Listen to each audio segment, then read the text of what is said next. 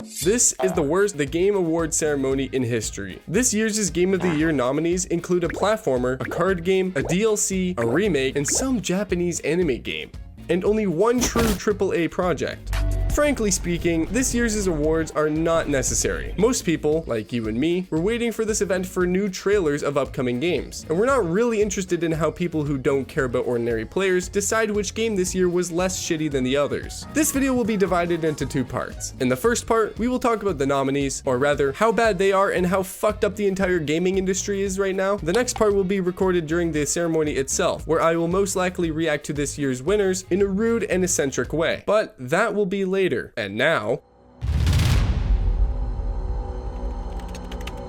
as I write this, I don't know the results of this year's The Game Awards yet, but I can already see some problems. And not only in the fact that the nominations are mostly bad games, but also in the fact good games were not nominated for some reason. For example, this year we got Silent Hill 2, Helldivers 2, Space Marine, and several other good games. And I don't want to say that they are masterpieces, but I really don't understand why they are worse than what we got into the main nomination.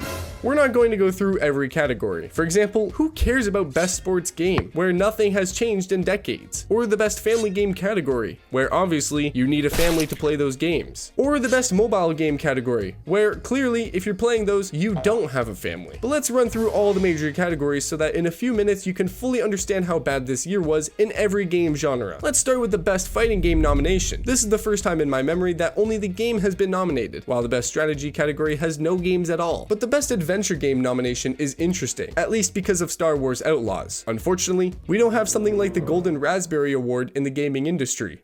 Although now we do, but in any case, it's good that instead of good player reviews and earnings, Ubisoft can at least get a statuette that no one needs. The Best Action Game is also a rather important nomination. This year, we have quite good games, of course, compared to the main award. In fact, if we swap the names of these nominations, everything will look more logical. Also, we have the Best Multiplayer, and I don't think I would say this, but it's really not clear who can win in this category. I just hope that it will be Helldivers 2. By the way, speaking of this game, the main joke of the TGA 2024 is that Helldivers 2 is nominated for Best Ongoing Game. This is a game that literally died because developers only made it worse over time. Another interesting fact is that Dragon Age, the Veligard, which is so full of inclusivity that Sweet Baby even explained that they didn't work on this game, was not included in any nominations. Critics literally called this game a masterpiece and BioWare's best game since Mass Effect 2. Perhaps such an overabundance of woke propaganda made gaming journalists call the new Dragon Age a great role-playing game. But the fact is that this incredible role-playing game did not even get into the appropriate nomination. Veligard was able to get into only one nomination, Innovations in Accessibility. To make it clear, this is the kind of award you can get for participating in a math Olympiad if Chinese children take part in it. But as you can see, overall, TGA 2024 sucks. No intrigue, no good games. Even the only category that really matters, player's voice, also looks like an Asian sales chart. It's hilarious that the best games at this award are in the most anticipated game category, although I don't fully understand why Mafia, the old country, is not there. Of course, GTA 6 is the most anticipated game, but considering that Monster Hunter Wilds and a Nintendo game somehow got into this nomination, it seems like 2K didn't even submit an application, because they most likely postponed the release of the new Mafia to avoid competing with GTA. But that's just my opinion.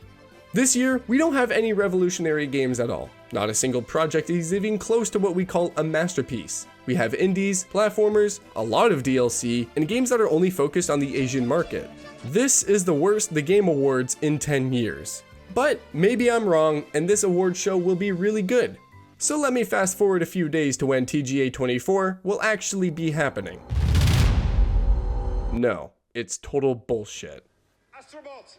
As I thought, it was very bad. It was more like bullying than a video game reward. For 4 hours I was pissed in the eyes, but despite the fact that it was the shittiest game award ever, TGA 2024 gave me hope for the future. I think that you, like me, could not even imagine such a high concentration of fucking great stuff about future projects.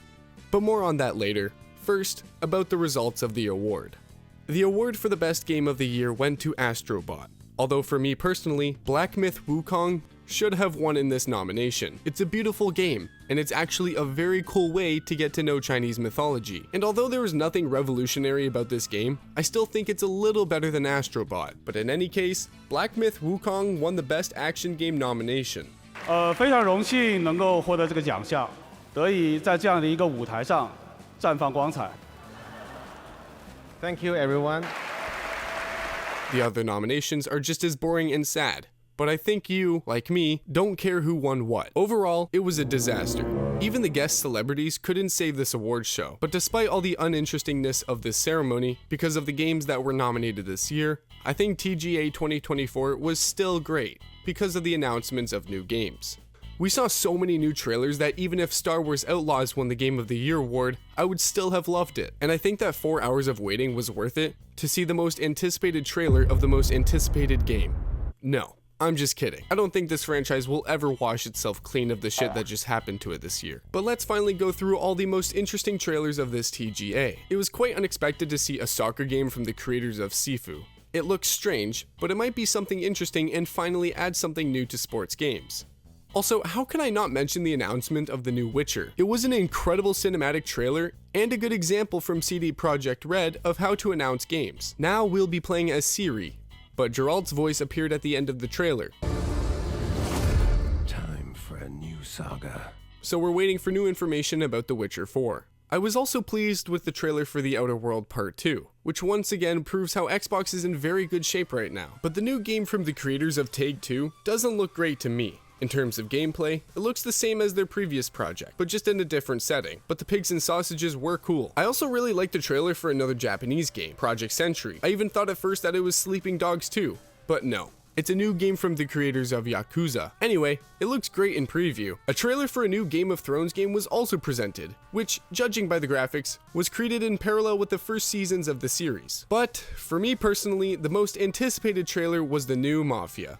I really love good story-driven games, and especially this franchise. And every December, I play Mafia 2 like any other normal person. However, this year, I had to cancel the tradition because I started this YouTube channel, and I have no fucking free time. So please subscribe. But it looks like everything will be fine, and the old country will not look like Mafia 3 at all. And of course, at the very end, we saw the announcement of a new game from Naughty Dog, a completely new franchise. And even despite the obvious hints of woke elements, I think it will be something very cool. This is a completely new setting for Neil Druckmann and his team, and I'm already very interested to learn more about how it will be. In this trailer, we saw the logos of some real companies, and we know that the main character is a kind of bounty hunter in space. I hope this game will be released before the whole world is destroyed by a nuclear war. You know, I've just finished watching this award show, and I remember how I was throwing mud at TGA 2024 at the beginning of this video. A few days ago, before this awards show, I was quite aggressive about this event, but now, I would say the same thing.